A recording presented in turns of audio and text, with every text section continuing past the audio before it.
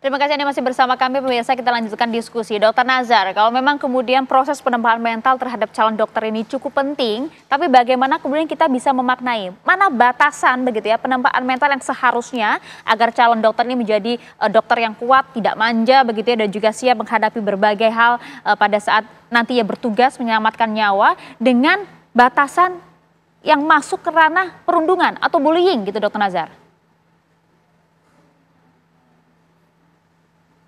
Baik, bagaimanapun ya, saya singkat saja ya, karena bagaimanapun semua itu memang atas nama penempaan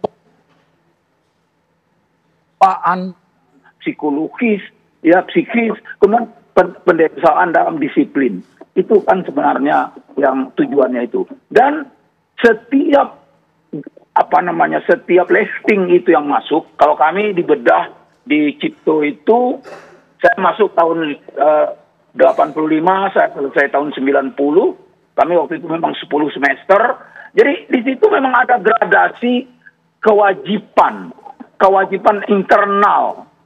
Ya itu dilembari bersamaan dengan penguatan mental itu tadi. Ada gradasi dari mulai kelas 1, kelas 2 dan seterusnya. Sama seperti yang diceritakan oleh Adinda Nugroho tadi.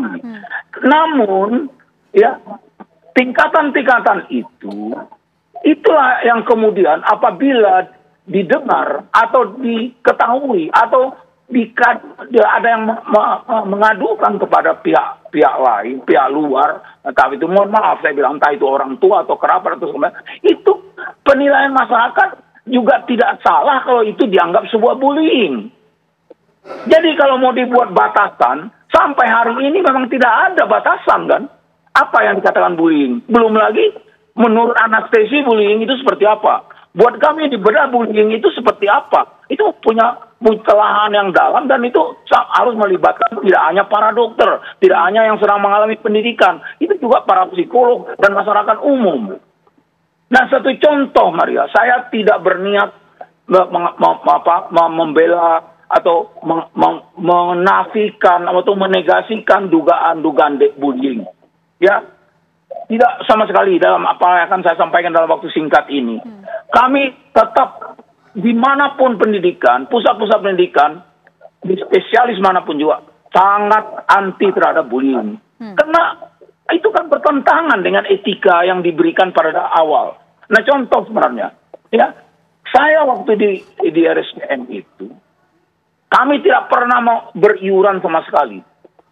Kami hanya diberikan kewajiban yang bergradasi tadi. Ini boleh didengar, kan banyak yang mendengar senior-senior saya itu. Malah saya termasuk PPDS yang tidak berfinansial kuat. Saya membuat paper, saya menyampaikan dan segala macam itu. Semua itu 0 rupiah. Dari mana datangnya? Saya baru tahu setelah saya menjadi chief. Datang itu rupanya para senior. Bukan hanya PPDS, para senior kami, mentor-mentor kami, guru-guru kami itu, dia secara sistematis menyisihkan. Itu kejadian di RSCM. Sekolah di periode saya dari tahun 85 sampai tahun 90. Dan malah ada senior itu menitipkan obat tertentu, ya, untuk keperluan pasien yang tidak terjangkau oleh askes atau orang terjangkau oleh bantuan sosial yang lain. Jadi kalau mau membuat testimoni, saya boleh dikatakan sama sekali, ya, angkatan saya yang saya tahu itu tadi sama sekali tidak merasakan bullying, malah sangat terbantu. Sangat terbantu. Saya bukan memuji-muji, bukan untuk menegasikan bullying tanda kutip yang sudah terjadi, yang mengakibatkan almarhumahnya sejawat saya. Itu sejawat saya loh. Saya juga merasakan itu. Satu sisi yang lain. Tetapi persoalan itu adalah benar sekali tadi itu yang dikatakan oleh Bung Akhir tadi itu. Apakah hubungan sebab akibat ini benar-benar bisa dibuktikan di pengadilan? Itu yang paling penting. Ya. benar nggak ini karena bullying? Menderita batinnya menderita seperti yang ada kabarnya di chat-chatnya, di WA-nya itu. Dan seterusnya. Nah itulah gunanya, buat kami juga berguna. Untuk supaya masyarakat kembali paham bahwa apa sesungguhnya yang terjadi, yang sebenarnya setelah ada keputusan itu nanti. Dan itu semua berdasarkan fakta di pengadilan. Dan kemudian kepercayaan, amanah yang diberikan oleh masyarakat pihak ketiga yang kami layani itu akan kembali pulih. Itu makanya saya tadi mengatakan kiranya pantas, terutama para masyarakat kita yang terpelajar itu tidak terlalu prematur menggolongkan ini semua adalah bullying, bahwa ini kemudian kematian almarhumah sejawat saya di Semarang itu adalah memang akibat bullying. Oke, kita akan tunggu nanti bagaimana prosesnya Dr. Nazar ya, termasuk juga nanti pembuktian di persidangannya. Baik.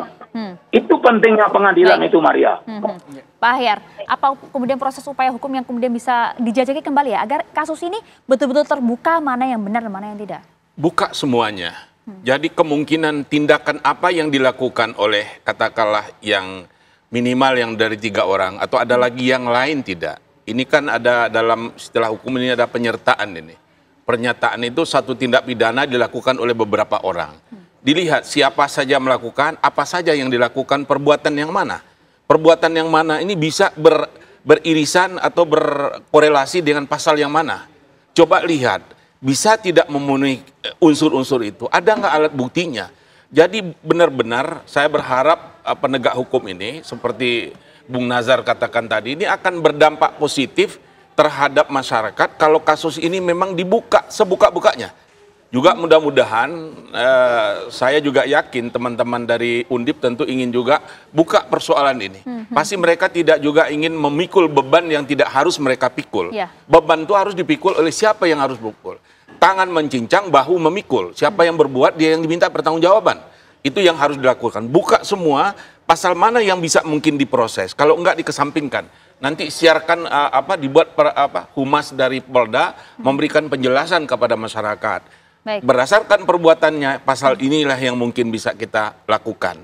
Jadi masyarakat tidak lagi menduga-duga, tidak lagi asumsi-asumsi yang liar tadi. Dr. Desmond. Ya, jadi kadang-kadang batas dari bullying itu memang sulit ya, masih banyak multitafsir gitu. Jadi pada prinsipnya apabila ada suatu keberatan ataupun kesulitan yang bisa menimpa PPDS itu harus segera dikonsultasikan kepada senior ataupun kepada kaprodinya gitu. Jadi agar bisa ditangani sedini mungkin, itu sih kalau menurut saya. Iya, itu harapan kita semua ya, agar kemudian kasus serupa tidak kembali terulang. Kita tunggu beres dengan hal ini. Sayang sekali hingga akhir diskusi pihak Universitas Diponegoro dan juga pihak Polda Jawa Tengah tidak dapat bergabung bersama dengan kita. Terima kasih banyak Pak Ahyar, terima kasih Dr. Desmond, terima kasih Dr. Nazar telah bergabung bersama kami di Apa Kabar Indonesia Malam.